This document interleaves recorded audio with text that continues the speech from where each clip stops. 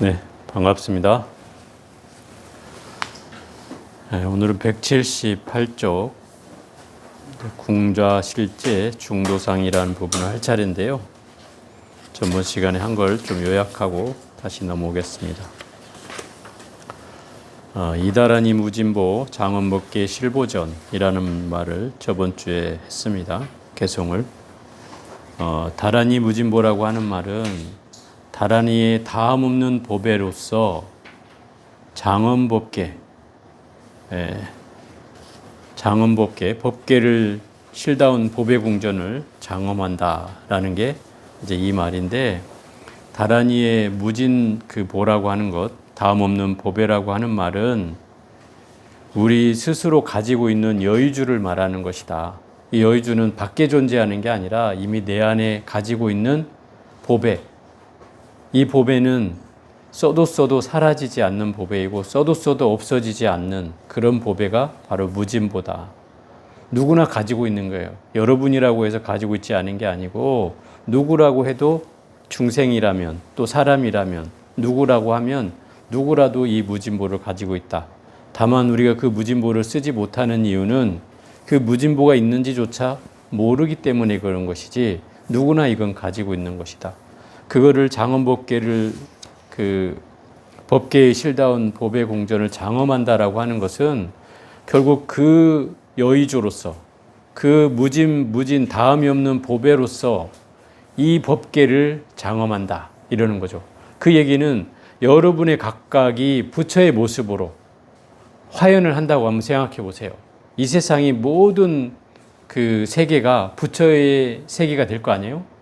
이거를 제가 인드라망의 그 그물코로 비유를 했는데, 그물코라고 하는 것이 보석으로 이루어져서 수많은 그 보석끼리 서로가 상대를 비추어서 빛이 빛을 반사하는 그런 세계가 된다면 엄청난 그 환희로운 보석 찬란한 빛이 발휘되는 그런 세계가 되겠죠.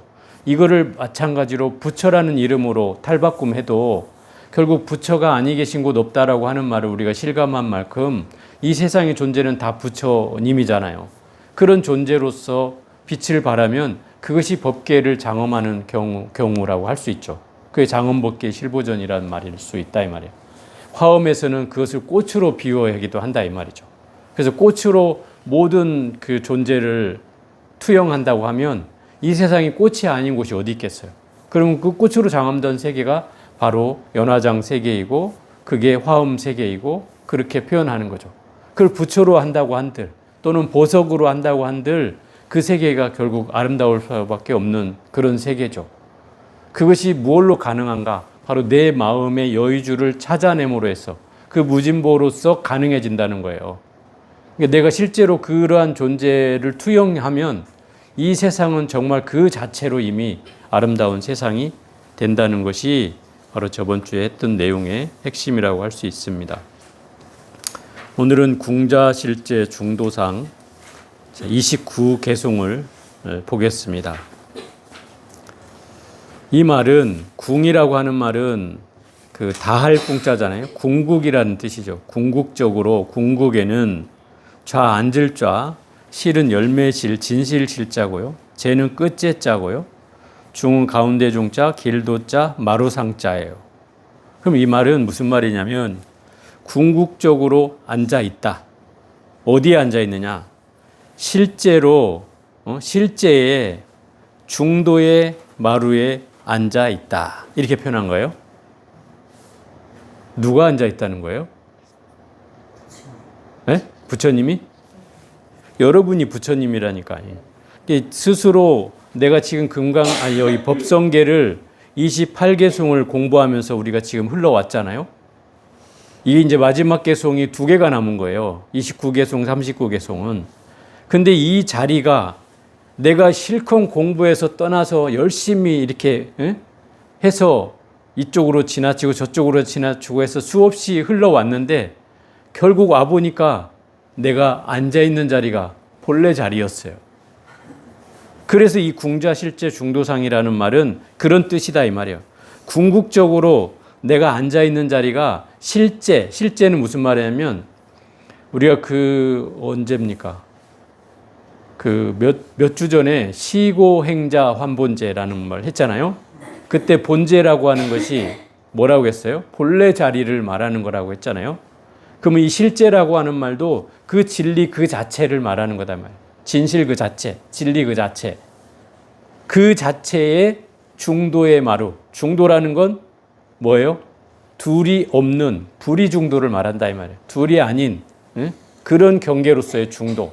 이 중도를 불교에서는 정도라고도 표현하고, 정도는 바른 길이라는 뜻이죠. 인연법의 이치로 세상을 볼 수 있는 그 눈으로 수행해 가는 것이 바로 중도다. 그래서 이 중도라는 말은 다른 말로 하면 뭐 화엄경에는 법계라고 하고, 화엄경에서 이걸 법계라고 한다. 또 전태종의 그 법화경에서는 실상이라고 얘기하고, 또 금강경에서는 이걸 공이라고 얘기하고, 또 뭐 반야라고도 얘기하고, 진여라고도 얘기하고, 불성이라고도 얘기하고, 이 경계가 다 바로 이 중도라고 하는 표현이다. 그러면 우리가 지금까지 배웠던 마음이라는 걸 지칭하는 말 중에 우리가 한물건이라는 것도 배웠고, 그죠? 또 일심이라는 것도 배웠고, 또 진여라는 것도 배웠고, 반야라는 것도 배웠고, 이 모든 법성이라는 것도 배웠고, 이 모든 그 통칭이 결국 중도를 대신하는 말이다. 이 중도는 바로 두 개가 아닌 것, 둘이 아닌 것을 설명하기 위한 더 핵심적인 말일 뿐인 것이고, 그 말의 키워드는 실제라는 말이나 본제라고 하는 말이나 진여라고 하는 말이나 법성이라는 말이나 크게 그 다르지 않은 말이다 이 말이죠. 그래서 우리가 실제로 이렇게 하는 말이 바로 이 실제예요. 실제로는 뭐예요? 본질 그 자체를 말하는 거잖아요. 그것을 말하는 거다 이 말. 내 겉모습이 아니고 실제 본래 모습으로 얘기하는 게 그 실제다 이 말이에요. 그러니까 이 궁극적으로 실제의 중도의 마루에 앉아 있으니 이런 뜻이죠. 궁극적으로 앉아 있다. 결국은 이전에 장엄법계 실보전이었잖아요. 법계의 실다운 보배로 장엄을 하고 보니 뭘로 장엄을 했다 그랬어요? 다란이의 무진보로 장엄을 하고 보니 궁좌 실제 중도상이다. 그 자리가 바로 실제의 중도의 자리다 이 말인 거예요. 그러면 이게 막 돌고 돌아가지고 어디에 왔냐면 다시 제자리로 오고 있는 거예요. 본래 그 자리로. 그래서 이런 표현을 쓰는 거예요. 자, 179쪽에 한번 읽어가면서 볼게요. 깊숙이 법성의 바다에 들어가 더 이상 다다를 데가 아주 없기 때문에 궁이라 하고, 요긴한 나루터를 차단하여 범부와 성인에 통하지 않게 하였기 때문에 앉았다라고 하고, 진도 없고 망도 없어서 유의에 속하지 않기 때문에 실이라고 하고, 일체의 범부와 성인이 몸담을 데가 없기 때문에 죄라고 한 것이다. 많이 좀 어렵게 풀어놨는데 좀 더 이걸 쉽게 해보면은 이런 뜻이에요. 이 궁이라고 하는 말은 더 이상 나아갈 곳이 없다.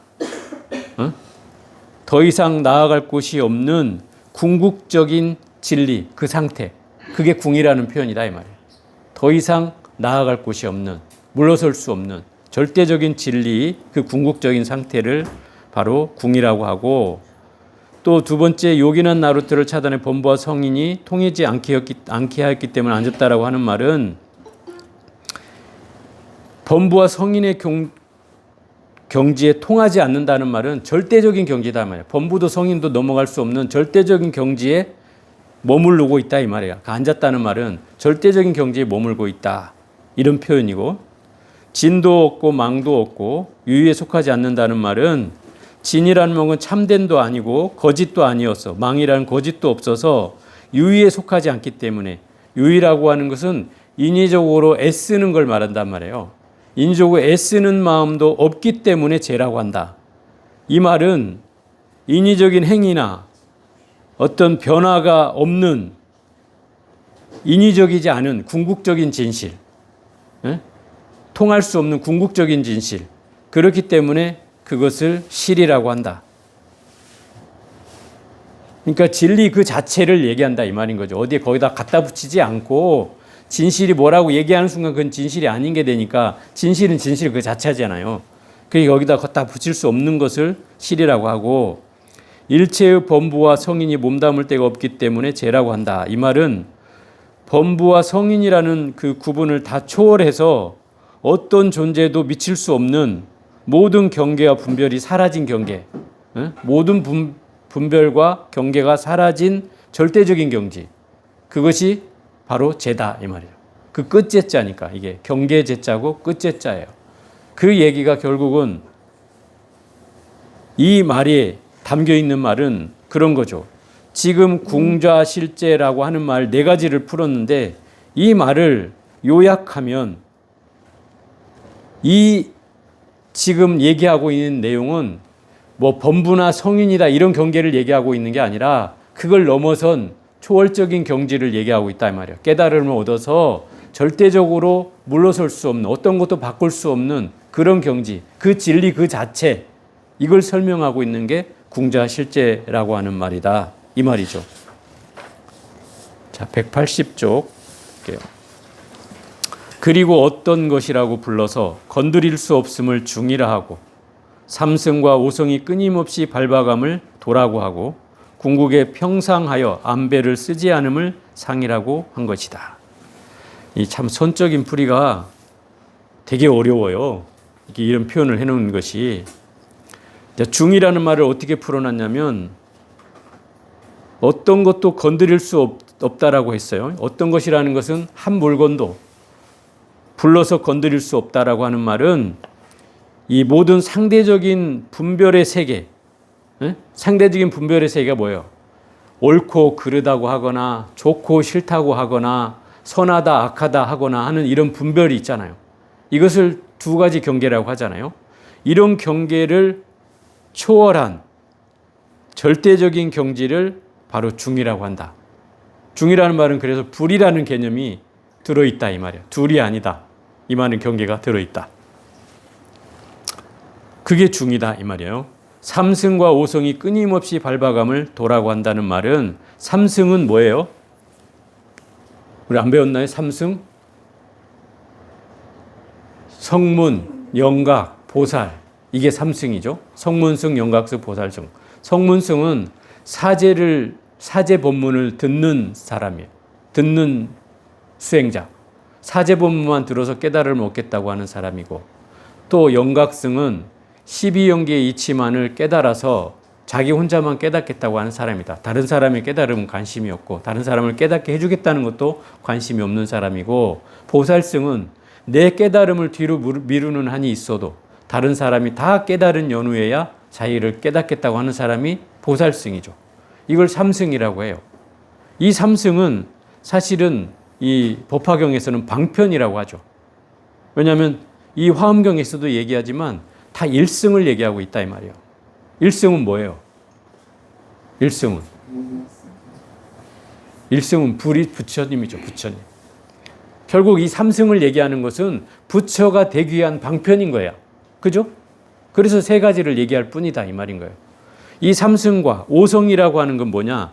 이 삼승에다가 범부라고 하는 사람과 유정, 무정의 어떤 다른 존재까지를 포함한 말이다. 그러면 이 오성이라는 말은 성문, 영각, 보살 외에도 모든 존재를 총칭한 말이라고 이해하면 더 쉬울 것 같습니다.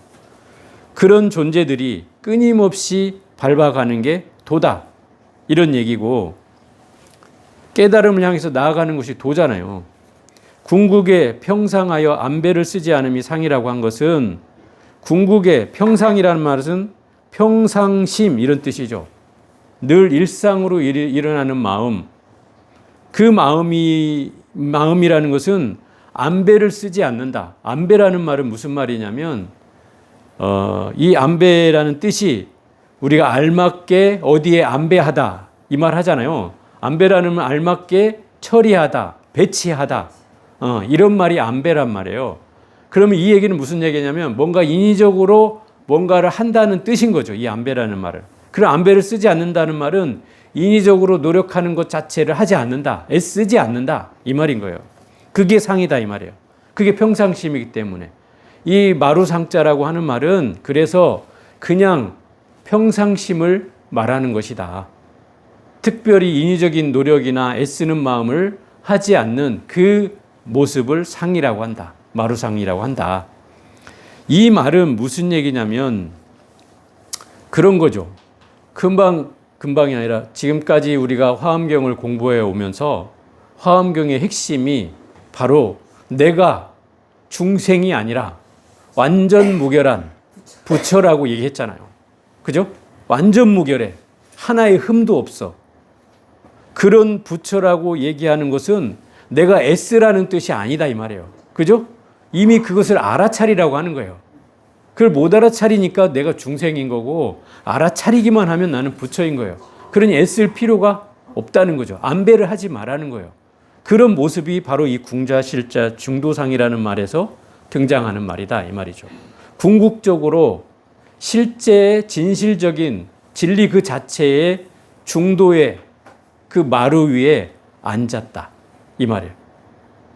그야말로 진리 그 자체에 내가 가만히 머물면 이미 나는 부처이기 때문에 내가 따로 진리를 구해야 될 필요가 없고 부처를 찾아야 될 이유가 없다는 거죠. 그 자리에 가만히 앉아 있으면 이미 부처인 걸 확인하는 일이다 이 말인 거죠. 그게 중도상이라고 하는 말이에요. 자, 181쪽까지 읽고 한번 또 다시 해보겠습니다. 비록 그러하나 이러한 화장세계는, 이 화장세계는 바로 화엄세계를 말하고 연화장세계를 말한다. 그죠? 우리 그 어디에 나옵니까? 향수엘에 나오잖아요. 비로자나 해외 할 때 뭐라 그래요?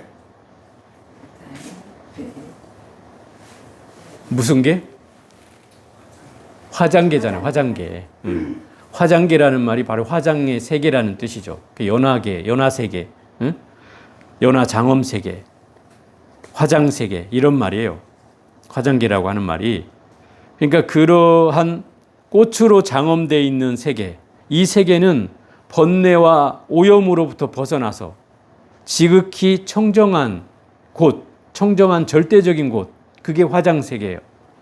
그런 세계는 이미 어떤 번뇌나 오염도 벗어난 곳이다 이 말이에요. 그러니 물들물 여의었다는 말은 이미 그 세계가 청정하기 때문에 물들물 여의서 청정하거늘 어찌 이와 같은 헤아림이 있겠느냐. 헤아림이라는 건 분별하고 뭔가 생각하는, 분별하고 생각하는 그런 걸 헤아림이라고 표현하는 거죠. 그 헤아림이 있을 수 없다는 거죠. 이 세계에는. 그죠? 이미 화장세계에는 번뇌와 오염이 이미 사라진 세계다 이 말이에요. 그러니 거기에는 어떤 생각이 붙을 자리가 없죠. 그래서 헤아림이 없다는 뜻이고, 만약 이와 같은 헤아림이 있을진된, 만약에 이런 분별이 생각이 있다면 그것은 어찌 내가 그 미래에 이르렀겠느냐. 그 미래에 이르렀다는 말은 무슨 말이에요? 어찌 내가 본래 자리로 돌아와서 부처가 되었겠느냐. 이 말인 거죠. 그리고 만약 헤아림이 없을진된 십보법계는 어떤 곳을 향하여 출성하는가? 헤아림이 없다면, 생각과 분별이 일어나지 않는다면 이 십보법계가 왜 출생하겠는가? 이 말이에요. 십보법계는 무슨 말이냐면, 우리가 십법계라고 하면 어떤 걸 말하냐면, 십법계는 육도윤회, 육도윤회가 육법계예요. 육도윤회가 뭐예요? 지옥, 악귀, 축생, 아수라, 인간, 천상, 이게 육법계란 말이에요. 여기에다가 성문, 영각, 보살, 부처, 이름은 십법계예요. 그러면 모든 존재가 머무는 모든 공간을 총칭해서 십법계라고 한다 이 말이죠. 그럼 내가 분별과 생각이 없을진된 이 십법계에 출생할 일이 없다는 뜻인 거죠. 출생하겠는가? 그러니 이 십법계라고 하는 말은 모든 존재가 머무는 그런 공간이다 이 말이죠. 그런 공간으로부터 이 헤아림이 없다면 다 벗어날 수가 있다 이런 얘기죠. 자, 182쪽.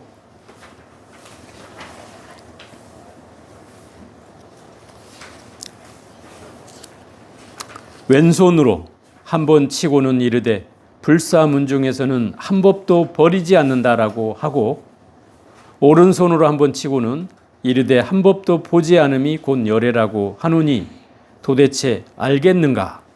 삼천대천 세계는 바닷 가운데 물거품이요 일체의 성현들은 번개가 번쩍함과 같도다. 말이 굉장히 어려운 말 같은데 이게 간단하게 설명하면 그런 거예요. 한 법도 버리지 않는다는 말은 불사일법이라고 하는 말인데 진리 그 자체는 이미 있는 그대로가 진리예요. 그죠? 존재 그 자체가 진리예요. 그러니까 버릴 법이 없어요. 버리고 말고 할 게 없어요. 여러분 자체가 다 진리이기 때문에 뭘 버리고 만다 한단 말이냐. 있는 그대로 다 진리다. 이게 화엄경 입장이잖아요. 근데 여기서 왼손으로 한번 치고 니들이 다 진리야. 있는 그대로가 진리야. 이렇게 말하고 있고 또 오른손으로 한번 치고는 불견일법이라 한 법도 보지 않는다라고 하는 말은 그게 열애라고 하는 말이라는 거예요. 그 말은 무슨 말이냐면 모든 분별의 경지들을 분별하고 헤아리고 망상하고 하는 이 경계들을 다 심지어 깨달음조차도 다 내려놓는다 이 말이에요. 그래서 보지 않는다라고 얘기하는 거예요. 한쪽에서는 야, 다 진리라니까 뭐 버릴 것도 없어. 불사일법이야. 버릴 게 하나도 없어. 다 진리인데 왜 버려? 그런데 이쪽에서는 아무것도 보지 마. 깨달음 자체도 보려고 하지 마. 이렇게 얘기하고 있단 말이에요. 그러니까 이 말이 양쪽에서 왼손으로 한 말이나 오른손으로 한 말이나 상대적인 말인 걸 알 수 있죠. 그죠? 반대의 억구라 이 말이에요.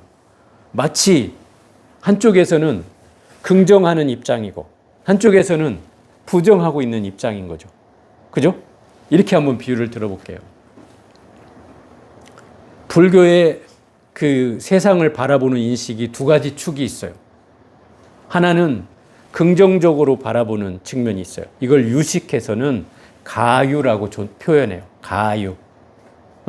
그러면 우리의 존재는 빌릴 가짜예요. 잠시 존재한다. 유자, 있을 유. 잠시 존재한다. 그죠? 여러분은 잠시 존재하죠. 영원하지는 않지만 잠시라도 존재해. 이건 긍정적으로 인식하는 경계로 표현하는 말이에요. 유식해서 이렇게 얘기해요. 근데 금강경에서 뭐라고 해요? 없어. 공이라고 하잖아요. 야, 존재는 본래 텅 빈 거야. 뭐 텅 빈 건데 집착을 하고 그래. 집착할 바도 없는 거야. 날아올 것도 없고 너라 할 것도 없고 집착할 바가 없는데 뭐 때문에 집착해? 텅 비어 있는 거라니까? 이렇게 얘기하고 있는 게 공의 입장이잖아요. 그죠? 이거는 세상을 부정적으로 보고 있는 거예요. 왜? 나라고 하는 게 없다. 실상이 없다. 다 허상이다. 공이다. 이렇게 얘기하고 있는 건 세상을 부정적으로 얘기하고 있는 거고 이쪽 한쪽에서는 아니라니까. 존재한다니까. 물론 영은 불멸하진 않지만 잠시라도 존재하는 거야. 이렇게 얘기하고 있어요. 이게 불교에서 바라보는 현상적인 측면과 본질적인 측면으로 얘기하는 거예요. 이게 긍정적인 입장이라면 이건 부정적인 입장이다 이 말이에요. 이게 불교의 두 가지 사상의 축이에요. 그래서 경전이 전부 다 양면을 가지고 있다 이 말이에요. 반대로 얘기하고 있는 것 같죠. 그렇지만 이 반대로 얘기하고 있는 이유가 있다는 거죠. 그 이유가 뭐냐? 바로 둘이 아님을 설명하기 위한 방법이다 이 말이에요. 둘이 아닌 거예요. 공이라고 하는 건 본질적 입장에서 봤을 때 둘이 그 공이라고 하는 거고 현상적으로 봤을 때 이게 가유라고 얘기할 뿐인 거죠. 이것을 입장을 어떤 입장으로 보느냐에 따라서 다르다고 표현하는 거지 이게 본질은 같다 이 말인 거죠. 그죠? 예를 들어서 우리가 중생과 부처라고 얘기하면 중생은 어리석은 사람을 중생이라 하고 지혜로운 사람을 부처라고 해요. 그러면 중생과 부처는 서로 반대의 입장이 있죠. 그죠? 그런데 왜 우리가 중생과 부처가 둘이 아니라고 얘기해요? 그것은 불성이라는 것이 서로 똑같이 가지고 있기 때문에 그런 거잖아요. 그죠? 그러니까 본질적 입장으로 보면 같은 거고 현상적인 입장으로 보면 다른 거고 이해가 되죠? 우리가 지금 부처님하고는 다르잖아요. 현상적으로 보면. 그죠? 그렇기 때문에 같기도 하지만 다르기도 하다. 이 말이 가능해지는 거잖아요. 그러니까 다르다고 보는 건 현상적으로 보는 거고 같다고 보는 건 본질적으로 보는 거다 이 말이에요. 이 두 가지 입장을 가지고 있는 거죠. 그래서 우리가 늘 둘이 아니다 하는 건 이건 본질적 입장으로 봤다는 뜻이에요. 공이라고 하는 입장이다 이 말인 거죠. 응? 현상적으로 보면 둘인 거죠. 그죠? 중생과 부처가 둘이죠. 현상적으로 보면. 당연히 여러분이 구분을 하잖아요. 부처님한테 절하고 나는 중생인지라 부처님한테 늘 예경하고 해야 된다고 생각하잖아요. 그런 구분하는 마음이 있다 이 말이에요. 그것은 현상적으로 보기 때문에 그런 거예요. 근데 본질로 보면 어떻다? 똑같다. 이게 본질적 입장이다 말이에요. 그래서 왼손으로는 현실을 긍정하고 오른손으로는 본질로 본다 이 말이에요.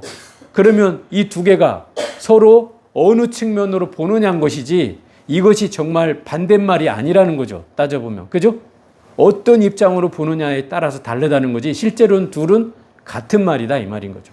그래서 불이라고 쓰는 거예요. 그리고 그것을 중도라고 읽는 거죠. 그게 바로 중도다. 둘이 아니라는 사실이 바로 중도다. 중도라는 건 결국 둘의 입장을 떠난 것이기 때문에 둘이 아니라고 하는 것이다. 이 말이에요. 그래서 여기서 비유를 아주 반어법으로 비유를 들었어요. 삼천대천 세계는 바닥 가운데 물거품이요. 일체의 성현들은 번개가 번쩍함과 같도다. 이랬어요. 이 말은 되게 역설적으로 비유를 들어놓은 거예요. 반대로 역을 들어놓은 거지. 그러니까 결국 언어적 한계를 넘어선 말이라고 하는 걸 얘기하고 있는 거예요. 그 얘기를 하기 위해서 이 말을 써놓은 거예요. 한번 이렇게 비유를 들어볼게요. 삼천대천 세계는 어떤 거냐면 예를 들어서 우리가 일겁이라고 배웠잖아요. 무량원겁을 할 때 아마 제가 좀 설명을 했을 건데 그 겁이라고 하는 건 일겁이라고 하는 건 사방으로 16km가 되는 겨자씨가 가득 차 있는 사방으로 16km예요. 위로도 16km, 좌우로도 16km 되는 그곳에 겨자씨 아주 제일 작은 씨로 우린 겨자씨로 비유하는데 그 겨자씨가 가득 차 있어. 그 사방 16km에. 그것을 100년에 한 번씩 선녀가 내려와서 한 알씩 집어가 두 알도 아니고 한 알씩 집어가. 그래서 그 16km 안에 들은 겨자씨가 다 없어지는 기간이 일겁이요. 생각이 돼요? 이 시간적으로 생각이 돼요? 헤아려지지가 않죠. 이게 일겁이요. 근데 이 일겁이 천겁이 되면 그게 일천세계요. 그럼 대천세계는 뭐냐? 이 일천세계가 3000개가 되면은 그게 대천세계요. 일겁에 그러면 몇 배요 대체? 이게 숫자로 우리가 딱 개념이 안 서서 1000배에다가 3000배에다가 이런 세계를 3000대천세계라고 하는 거예요.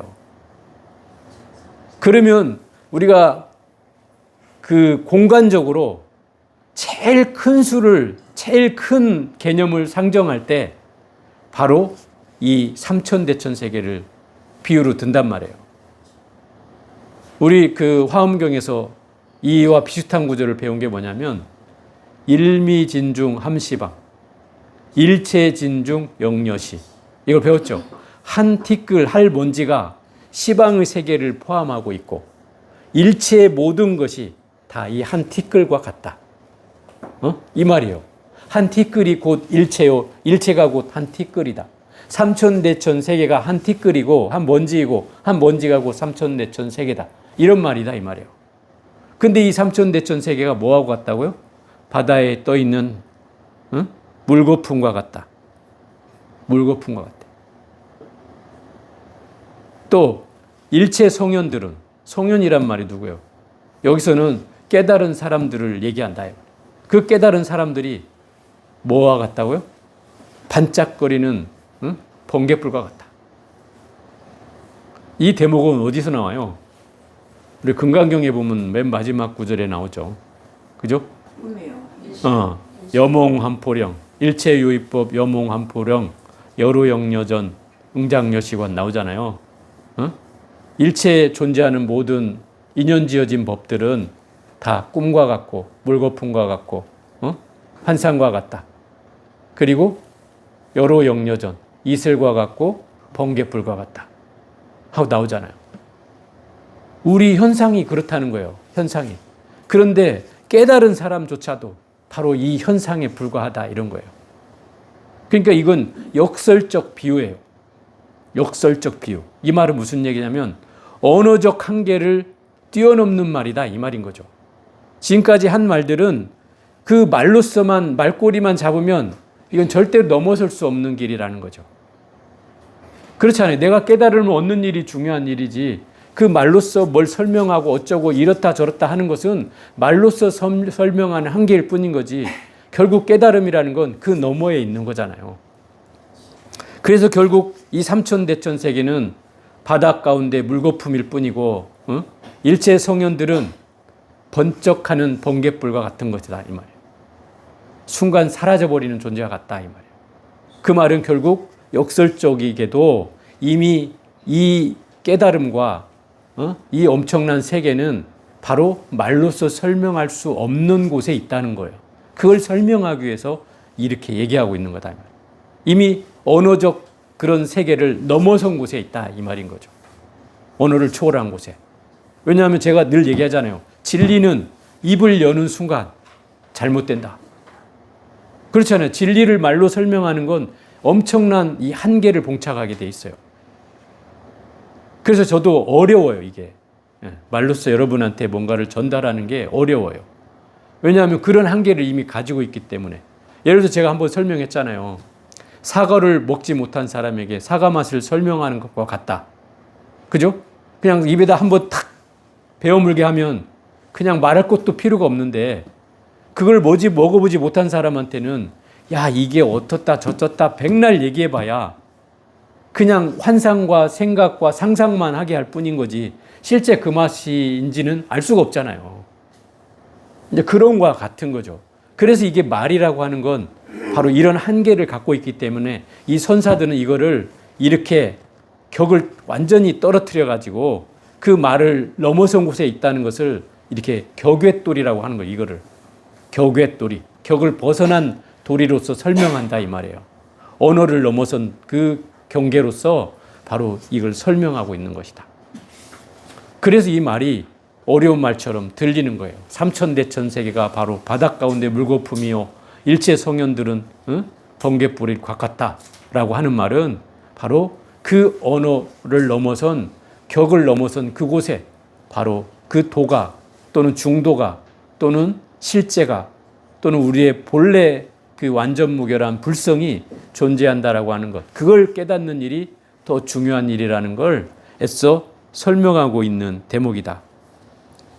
그래서 결국 실체가 없는 것이고 본래 깨달음을 얻는다는 건 어떤 실체가 있어서 깨닫는 게 아니다 이 말이에요. 실체가 없는 것이고 어찌 보면 아무것도 얻은 게 없는 것을 얻는다라고 표현했잖아요. 얼마 전에 그 배웠던 것 중에도. 그래서 결국 그런 거라고 얘기할 수 있고 또 하나는 그 육조단경에서도 나왔던 내용인데 부처님은 삼법인을 얘기해요. 삼법인이란 건 세 가지 틀림없는 진리, 변할 수 없는 진리를 설명하는 게 그 삼법인이에요. 그 삼법인의 내용이 뭐냐면 재행무상, 모든 현상은 무상하다, 변한다 이 말이에요. 두 번째, 재본무화, 모든 존재는 나라고 할 게 없다, 내가 없다. 또 세 번째는 일체계고, 모든 것은 다 괴로움이다. 이것은 변할 수 없는 사실이라고 부처님이 얘기했단 말이에요. 그죠? 그래서 도장인자를 써서 삼법인 이렇게 썼단 말이에요. 틀림없는 사실이다 이 말인 거죠. 그런데 열반경에 오면은 상락아정을 또 얘기해요. 열반사덕이라고 해서 상락아정. 그 말은 무슨 냐면 상은 항상하다는 거. 항상한 세계가 있다. 그리고 락, 즐거운 세계가 있다. 영원히 즐거운 세계가 있다. 그리고 여기서 무아라고 얘기했는데 참나가 존재한다. 영원불멸한 참나가 존재한다. 또 청정한 정토의 세계가 존재한다. 이게 열반사덕이에요. 깨달음을 얻으면 이런 세계를 얻는다는 거예요. 본다는 거죠. 그런데 부처님이 이미 무상하다, 무아이다, 일체가 괴롭다 라고 얘기했잖아요. 그럼 이 말과는 완전히 배치되는 말이죠. 반대말이죠. 그죠? 그런데 왜 이 두 말이 또 쓰였을까? 경전에는 어떤 사람은 만약에 이 부처님 삼법인을 이해한 사람이 이 열반경을 읽으면 부처님은 거짓말쟁이다 이렇게 얘기할 수 있어요. 그죠? 분명히 무상, 고, 무아라고 얘기했는데 여기서는 항상하고 즐겁고 참나가 있고 하는 것을 반대로 얘기하고 있다 이 말이에요. 그 얘기는 결국 불교에서 말하는 이 무상과 상이, 항상함이 둘이 아님을 설명하기 위한 경전이라는 거예요. 그게 불이라고 하는 거죠. 이걸 중도라고 얘기하는 거예요. 무상이 곧 상이요, 상이 곧 무상이다.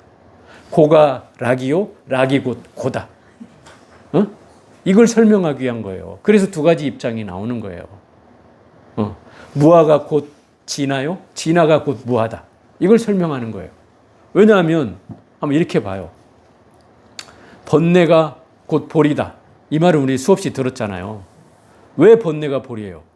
번뇌가 없으면 볼이도 없기 때문에 그런 거예요. 만약에 깨달음만 존재하는 세상이라면 번뇌가 있을 이유가 없죠. 번뇌 때문에 고민할 이유도 없는 거예요. 그리고 그 세계에는 번뇌가 뭐지? 이렇게 얘기하는 거죠. 번뇌가 있어? 우린 몰라 번뇌가 뭔지. 왜? 이미 다 깨달음 세상에 있기 때문에 번뇌 자체가 필요 없는 거죠. 그럼 번뇌를 닦아야 될 이유도 없고 번뇌를 해야 될 뭐 이유도 없는 거죠. 그런데 우리가 번뇌적 보리라고 하는 건 번뇌가 있기 때문에 이 보리가 존재한다는 사실이죠. 번뇌가 없다면 우리는 깨달음을 이루어야 될 이유도 없는 거예요. 그래서 이 번뇌는 깨달음의 씨앗이에요. 깨달음을 만들어내는 이유다 이 말인 거죠. 그래서 번뇌가 바로 보리가 된다는 거예요. 중생이 있기 때문에 부처가 있는 거잖아요. 중생이 없다면 부처도 없어요.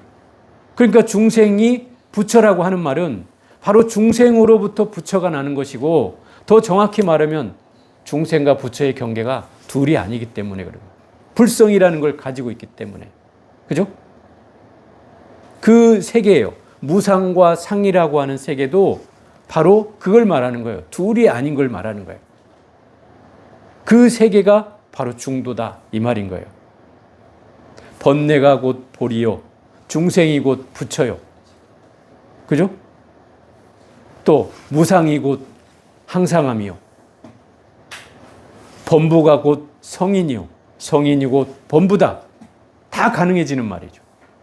불교는 이런 경계를 지금까지 설명해 왔어요. 핵심이 뭐냐? 바로 두 글자로 얘기하라면 바로 불이다. 이렇게 얘기할 수 있는 거예요. 그래서 화엄에서는 일승을 얘기한다. 이렇게 얘기하는 거죠. 둘이 아니기 때문에 하나를 얘기하는 거다. 그게 하나의 부처로 돌아간다. 이 말인 거예요. 오직 방편도 필요 없다. 삼승도 필요 없다. 물론 법화경에서는 삼승의 방편을 엄청 얘기해요. 그리고 그 삼승이라는 것은 일승을 발현하기 위해서 존재하는 것이다라고 얘기해요. 그게 방편이라고 하는 거예요. 근데 이 화엄에서는 삼승도 필요 없다. 오직 일승뿐이다. 이렇게 얘기하고 있는 거예요. 왜? 이미 내가 완전한 부처이고 완전 무결한 존재인데 뭘 또 다시 닫고 말고 방편이 필요하냐 이 말이에요. 그죠? 이미 완전 무결한 존재는 방편이 필요 없고 점차가 필요 없는 거예요. 그죠? 애써서 닦을 이유가 없죠. 이미 부처인데. 너는 이미 완벽해. 이렇게 얘기하고 있는데 거기에 뭘 애쓰고 말고 할 게 없다는 거죠. 이런 설명이 바로 이 궁자실제 중도상에서 하고 있는 핵심적인 내용이다 이 말이에요. 그래서 이 궁자실제 중도상이라고 하는 말은 법성 원용 무의상을 시작으로 해서 그 교리적 안목을 이해하고 점차 그 깨달음으로 나아가는 과정에서 돌고 돌고 돌아서 결국은 어디로 돌아와요? 궁자실제 중도상. 그 다음이 뭐예요? 불의 부동 명의 불 하잖아요. 거기서 끝나죠. 그런데 법성 원용 무의상에서 시작한 그 가운데 바로 아랫자리가 바로 불이 끝나는 자리예요. 그 얘기는 무슨 얘기예요? 결국 열심히 공부해서 내가 뺑뺑이 돌고 돌아서 왔더니 내가 본래 그 자리에 앉아 있더라 이 말인 거예요. 그 궁자실제 중도상이 바로 그런 의미다 이 말이에요. 그런 자리에 내가 앉아 있다 이 말이에요. 실제로 바로 중도의 그 마루 위에 궁극적으로 내가 앉아 있다 이 말은 바로 그런 뜻이다 이 말이죠. 그러니까 여러분이 애써서 뭐를 하려고 하지 말고 이 화엄경의 도리로 보면 이미 내가 완전무결한 부처이기 때문에 그것을 알기만 하면 된다 이 말인 거예요. 그러면 내 자리가 바로 구례부동 명의불이고 그게 궁자실제 중도상이라는 거죠. 그걸 설명하고 있는 거예요. 열심히 지금 우리가 2철 동안 돌아가지고 어디로 왔어요? 제자리로 왔어요. 제자리로 왔습니다. 이제는 어떻게 왔냐? 부처로 왔다 이 말이에요. 그게 핵심이죠. 중생으로 시작해서 돌다 오니까 이미 부처의 자리에 와 있어요. 그죠? 여러분은 부처님이죠? 네. 그 화엄경은 제가 부자들한테는 안 맞는 것 같은데. 안 맞아요? 왜? 너무 어려워서 스님들이 아니 그대로만 들으면 되지. 스님들께서 무슨 성가대학에서나 배울 일이지. 제가 불자들한테는 너무 어려워요. 부처라고. 근데 이 화엄의 논리는 분명해요. 화엄의 논리는 분명해요.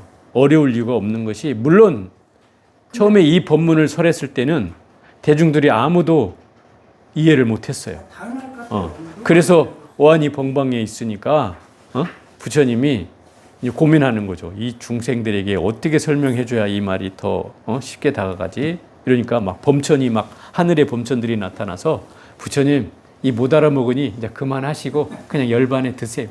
막 이렇게 꼬시한단 말이에요. 근데 부처님 가만 생각해 보니까 내가 이 땅에 온 이유가 뭐예요? 중생을 제도하기 위해서 왔잖아요. 그러면 이 중생에게 어떻게 해야 이 법이 쉽게 이해가 될까? 해서 시작한 내용이 이제 아함으로부터 시작해서 방등부 경전, 반야부 경전, 법화 열반부 이렇게 초등부부터 대학부 과정까지 차근히 설명을 하고 다시 돌아오는 게 이 화엄이다 이 말이에요. 처음 시작했던 경전인데 또 다시 마지막으로 또 회항이 된다 이 말이죠. 근데 그 얘기에 일관된 주제는 있어요. 그것을 우리가 이해해야 된단 말이에요. 일관된 주제라는 건 결코 이 우리가 선을 이해할 때 화엄을 이해하지 않고는 선을 이해할 수 없어요. 그럴 것 같아요. 예. 이 선이라고 하는 건 이 화엄의 논리 위에서 서 있는 거예요. 저희들은 이 글자를 보고 그냥 뜻을 아는데 이건 이 글자하고는 전혀 다른 의미가 있잖아요. 그 뒤에. 그건 이제 선으로 풀어서 얘기하니까 그런 거예요. 선으로. 이 설잠 스님이 이 법성계라는 구절을 가지고 선으로 풀었기 때문에 그게 이제 더 훨씬 더 의미가 깊게 이제 우리가 다가오는 것이죠. 거사님 이해가 못 된다는 부분은 이걸 선으로 막 회통을 해가지고 내리쳤다가 막 올려쳤다가 막 아무것도 없는 거라 했다가 막 이렇게 하니까 대체 이게 헷갈리는 말처럼 보이지만 사실은 여기에는 금방 얘기한 이 언어적 희론을 넘어서는 도리를 얘기해주고 싶은 거예요. 이 설잠 스님은 그 이면에 있는 그거를 보라는 거예요. 행간을 읽어라 이런 얘기죠. 말꼬리에 흔들리지 말고 이 말이라는 건 결국 말의 한계에 있을 수밖에 없는 거니 삼천대천 세세가 바다의 물거품이라고 한 말을 자체가 이미 말도 안 되는 얘기잖아요. 그럼 그런 경계는 뭐냐면 결국 언어적인 관계에서 이 깨달음이 있는 게 아니다.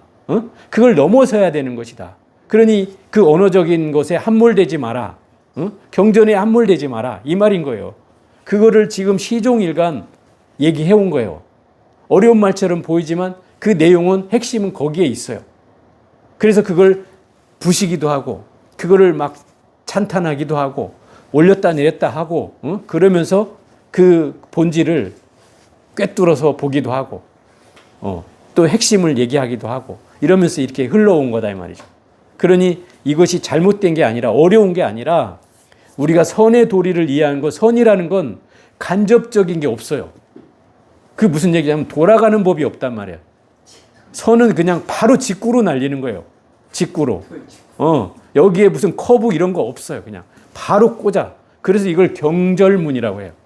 지름길로 들어가는 문이다 이 말이에요. 바로 들어가는 거지. 바로 들어가는 거기 때문에 딱 맞닥뜨리게 한단 말이에요. 너의 본질은 제가 저번 주인가 그랬잖아요. 그놈이 그놈이다. 그놈을 보는 게 핵심이다. 그걸 보면 됐지. 예? 그걸 보면 그 자리에 내가 깨달음인데 뭘 다른 걸 갖다 대냐. 거기다 경전을 갖다 대고 뭐 할 필요도 없다. 이 말인 거죠. 이 선구는 바로 거기에 있어요. 그걸 드러내기 위해서, 본질을 드러내기 위해서 이 말들이 필요한 사족일 뿐이지 여기에 흔들리지 말라는 거예요. 언어적 배경에 내가 함몰되지 마라. 어렵다, 뭐 쉽다 이런 경계도 흔들리지 말라는 거예요. 그게 결국 이 설자암 스님이 얘기하고 싶은 저는 그 요지라고 봐요. 지금까지 우리가 읽었던 내용들이 물론 어려운 내용도 있었고 뭐 재밌는 내용도 있었지만 그런 경계를 설명해 주고 있다 이 말인 거죠. 자, 오늘은 여기까지 해볼게요.